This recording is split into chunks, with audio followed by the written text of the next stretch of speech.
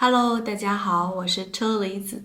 好久不见，大家最近过得怎么样呢？那今天这个视频不是 vlog，今天这个视频要坐下来好好跟大家聊一聊最近几年我被问到最多的问题，那就是为什么你可以听懂 YouTube 中文老师的视频？为什么你可以听懂上课的时候中文老师说的话？但是你却听不懂一般中国人说出来的中文。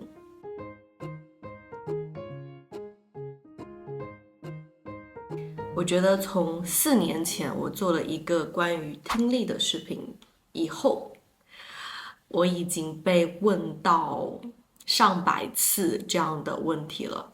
很多学生不明白为什么上课的时候听得好好的，但是等他们来了中国，或者跟华人朋友聊一聊天，然后他们又突然发现自己的听力又变成了零。其实从我最开始教中文到现在，加起来可能一共有5、6年。其实我的经验不太多，所以我可以告诉大家的是，你听不懂一般中国人说话，但是听得懂中文老师，这个问题有2个原因。从我的经验来说，有2个原因。首先呢，要跟大家说的第一个原因来自一个理论。这是我最近在跟一位非常好的英语老师学习语言学的时候，他告诉我的。在我的语言学课程里面，这个老师告诉我，以前有一个语言学家，他提出了一个理论，这个理论的中文名字叫可理解性输入。那在这个理论里面呢，他分析了，他说了很多很多语言学习应该注意的方法。那在这个里面就有一个怎么样练习你的听力的方法。在他的这个理论里面，他说了，如果一个学习语言的人要非常好的练习自己的听力，要效率非常高的练习自己的听力，有四个方面。那第一个方面也是最重要的方面，那就是你听到的练习应该是可理解的。可理解是什么意思呢？可理解就是你听得懂，你听了以后你明白他在说什么，那这就是可理解的东西。如果你听了一段对话，你一个字都听不明白，那这个就不是一个非常好的听力练习。一个非常好的听力练习对你来说应该是80%或者90%听得懂的部分，可能只有5%到10%的部分你听不懂。那这样其实会更好的帮助你听懂以及学习到新的生词，所以这是最重要的部分，可理解的部分。那这就是为什么大家在上中文课的时候听得懂老师的话，因为在上中文课的时候，中文老师他会故意去把自己想要说的话简单化，就是应该可以用更难的词语或者更地道的方式说出来的语言，中文老师都把它变得更简单了。我们一般会用学生的水平可以听懂的词语或语法跟他们交流。其实我在做了中文老师5、6年以后呢，我也发现我说的话慢慢的变得越来越简单。很多很多复杂的句子我不会再去说，或者很长的句子我会把它变成一小句一小句一小句的说出来。因为一般的中国人如果他不是语言老师，那他应该不明白怎么样把自己的语言简单的说出来，怎么样简单的去解释一个词语，怎么样去把一个很长的句子变成一小句一小句一小句的说出来。那更不要说他们可能没有那个耐心，现在的生活这么忙，大家都很着急的说出来，他们不像语言老师有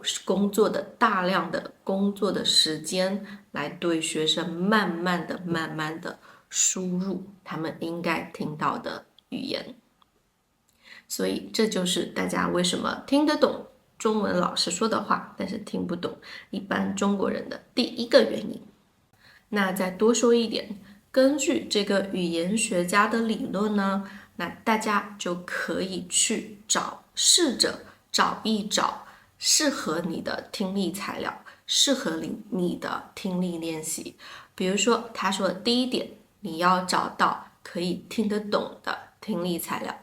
比如说你还在 HSK1， 那你就听 HSK1 或者听一点 HSK2 的内容，不要去听 HSK3 或者 HSK4 的内容。这个就是一个很有效的听力练习。有的学生可能会比较着急，在学习 HSK1 的时候就已经开始听 HSK5 的内容了，但其实这样除了浪费时间，没有一点帮助。那第二点，这个语言学家提出的，如果你想要练好你的听力，那你应该选择有趣的听力练习，而不是一些很无聊、很没有意思的听力练习。他说，只有你在听有趣的内容的时候呢，你才不会意识到自己在做听力练习，因为你的大脑一边听，但是一边又被这个有趣的材料吸引了，你不会感觉到很累，你会很自然的学习到这个语言。所以说，大家在找听力练习的时候，可以多找一找有趣的。比如说，如果你喜欢看电视剧，那就看看电视剧；如果你喜欢听播客，那就听听播客。听音乐也不错，我就有学生从音乐的歌词里面学到了一些非常重要的语法。所以找一找你感兴趣的材料，去听一听，让自己先开心，然后再学习。那第三点，这个语言学家也说了，你在找听力练习的时候，应该注意到它的内容应该是很丰富的。丰富是什么意思呢？丰富就是说，它不是只有一个话题，不是只有一个风格，它有很多的话题。比如说有关于学校的话题、医院的话题、上班的话题、去游乐场玩的话题、旅游的话题，它的内容是很丰富的。如果你只听一个话题，那其实对你的生词学习是没有帮助的。比如有的学生他在练习听力的时候，他只听他的课本的听力材料。有的学生学习 HSK 的书，那他所有的听力练习都是 HSK。有的学生他学习，比如说发展汉语，那他所有的听力练习都是发展汉语，他不去听别的东西。那我们都知道，这些教材、这些课本其实已经是很多年前的老教材、老课本了。很多现在我们需要的词语，在这些课本里面找不到，而很多这些课本里面的词语呢，在现在我们也不经常说了。所以，找到一个丰富的材料，练习你的听力才是最重要的。现在有很多资源，大家都可以找到，比如说 YouTube 播客。那我在上课的时候呢，我一般会根据学生是哪个国家的人，然后找中国人在那个国家的 vlog 给这些学生听。为什么呢？因为一方面，其实这些国家对视频里面的这些地方、这些景色、这些文化已经非常熟悉。那第二呢，他们在听中国人说中文的时候，可以很快的把听到的词语跟这个东西联系起来。那这样对于他们的听力练习来说，就又不累，然后又有意思，又可以听听看中国人怎么在他的国家旅游的。所以这是我最喜欢给学生的一个练习，就是根据他们的国家找一些中国人在那个国家的 vlog， 然后给他们听。这样学生觉得既不累又有意思。那最后一点，这个语言学家也说了，听力练习应该是大量的。大量是什么意思呢？大量的意思就是很多很多很多。这就是为什么很多学生建议我做一做 TikTok 的短视频，可能只有1分钟，但是我在 YouTube 做了4年都没有做过很多短视频的原因，是因为我觉得每一个有用的听力练习都应该在10分钟到15分钟左右，如果在20分钟那是更好的。所以我觉得听力练习应该是大量的，它不应该只是1分钟的短视频，因为1分钟它对于一个主题，对于一个话题，时间说的不够，而且它也会非常影响你的注意力。是的，可能有的同学刷一刷短视频啊，刷到一个中文的短视频，他看1分钟，然后下一个短视频又变成了英文的，再下一个短视频又变成了别的语言的。那其实这对我们说的 immersive language learning 其实是没有很大的帮助的。如果你想要真的提高你的听力练习，那应该听10分钟、15分钟、20分钟的视频，有时候40分钟的电视剧也不是不可以试一下。那这就是这个语言学家的可理解性输入给到我们学习语言、练习听力的一些建议。那说完了语言学家的理论，现在来说一说车厘子的经验。其实很多学到高级的学生，他们也发现自己还是听不懂一般中国人说的话。比如说我有一个HSK5，不是，我有很多 HSK5 的学生，你看他们的水平其实已经很高了。从 HSK5 开始，他们就要学习书面语了，所以这个水平其实是很高的水平了。但是我在跟他们说话的时候，我发现很多学生他甚至听不出来 HSK1 的词语。所以大家一定要明白，你听懂跟听出来这是两个事情。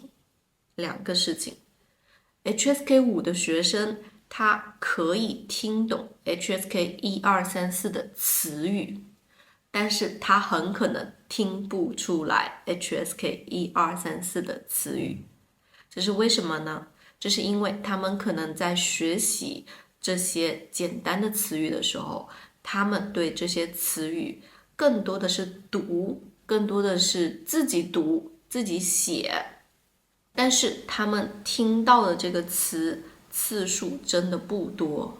这就是为什么他们读得懂这个词，他们也说得出来，但是在一般中国人的对话里面，他们听不出来。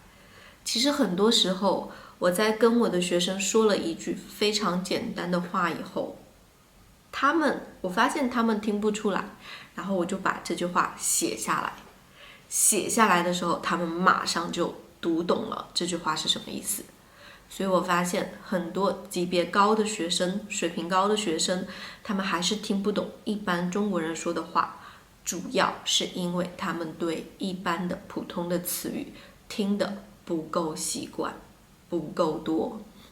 而且一般的词语在不一样的中国人的说话方法里面也是不一样的发音，而且大家都知道，在中国有不一样的方言、不一样的口音，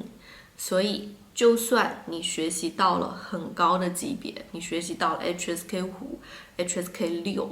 但是非常简单的这些句子、生词，你也要多听几遍。那这就是为什么大家听得懂我的视频的原因，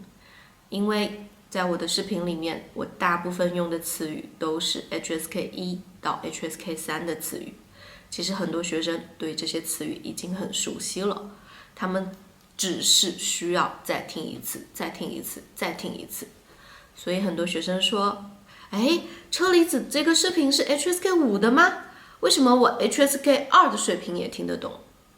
这是因为我想让大家多练习普通生词的听力，我想让大家多听一听普通的词语 ，HSK 1、2、3的词语，你也要多听几次。所以我在我的视频里面，不仅会说到比较高水平的词语，我也会说很多很多你们已经学过，但是听得不习惯的词语。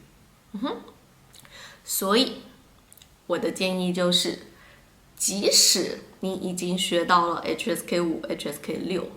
但是也要反复的去练习，不同的中国人、不同的中文老师对于简单词语的表达。那今天这个视频我已经说得很难了，希望大家都听得懂啊。如果你还有什么听力的问题呢，可以在评论里面写下来。那这就是我想要说的内容，我们就下次再见啦。